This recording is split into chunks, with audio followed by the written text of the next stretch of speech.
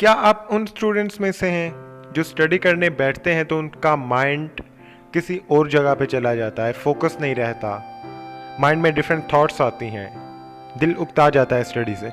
अगर ये सारी आपके साथ प्रॉब्लम्स हैं तो इस वीडियो को स्टार्ट से लेके एंड तक देखिए, क्योंकि जितनी भी मैंने इस वीडियो में चीज़ें बताई हैं वो सारी एक दूसरे के साथ इंटरलिंक्ड हैं।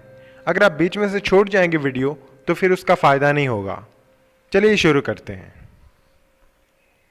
दोस्तों, अगर आपका फोकस नहीं होता स्टडी पे, स्टडी के टाइम में, तो ज़रा बैठ के सोचिए कि आप दूसरे जितने भी काम कर रहे हो, क्या तब उस काम पे आपका फोकस है?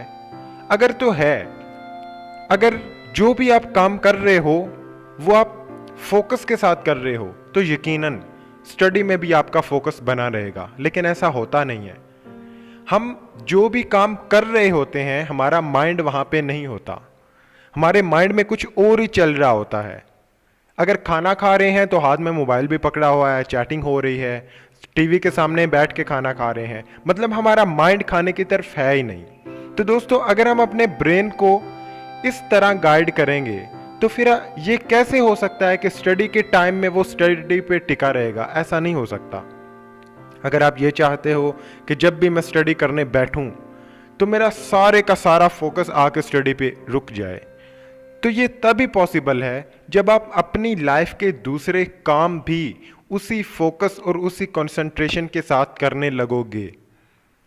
आपके माइंड में न्यूरॉन्स होते हैं, उन न्यूरॉन्स के गिर्द एक स्पेशल टाइप का टिश्यू होता है, उसकी ग्रोथ इंक्रीज हो जाती है जब आप कोई भी काम फोकस के साथ करते हो। गौर से सुनना, मैं कोई भी काम की बात कर रहा हूं, स्टडी की बात नहीं कर रहा। मतलब अगर आप खाना खा रहे हो, अगर आप खाना फोकस के साथ खा रहे हो, मतलब आपका माइंड फोकस मोड पे है। आप चल रहे हो, आपका ध्यान चलने की तरफ है, किसी और चीज की तरफ नहीं है, मतलब उस टिश्यू की ग्रोथ इंक्रीज हो रही है। आपके माइंड पे फोर्स, आपका माइंड कंफर्ट जोन में नहीं है। आपको फोकस की पावर बढ़ानी है। आप कोई भी काम करो, उस पे ध्यान रखो। सिंपल सी टिप ये है। अब ये किस तरह होगा?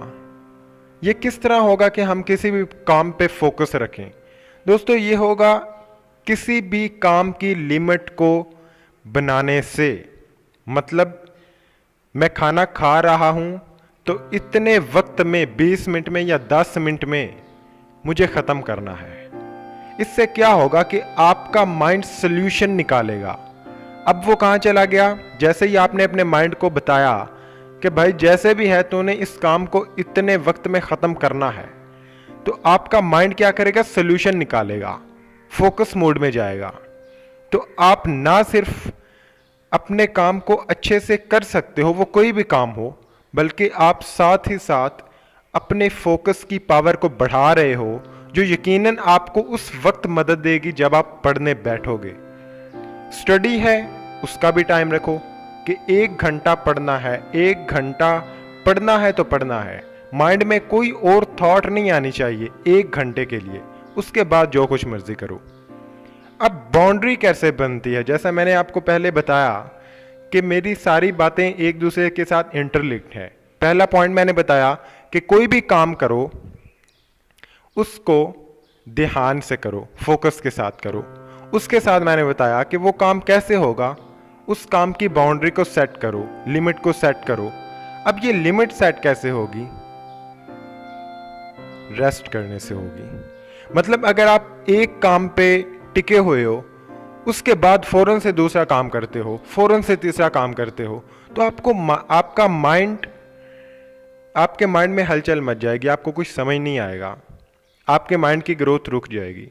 तो जब भी आप एक काम करो फोकस के साथ, उसके बाद रेस्ट लो। रेस्ट लेने के बाद किसी और काम को पकड़ो। रेस्ट भी बहुत इंपॉर्टेंट है। ऐसा नहीं हो सकता कि सारा दिन आप फोकस मोड पे रहो। अगर रहोगे तो ये खतरनाक बात है। लेकिन बात, पॉइंट ये ही है कि जो भी काम करो फोकस के साथ करो। अगर आपने कोई भी काम फोकस के साथ करना सीख लिया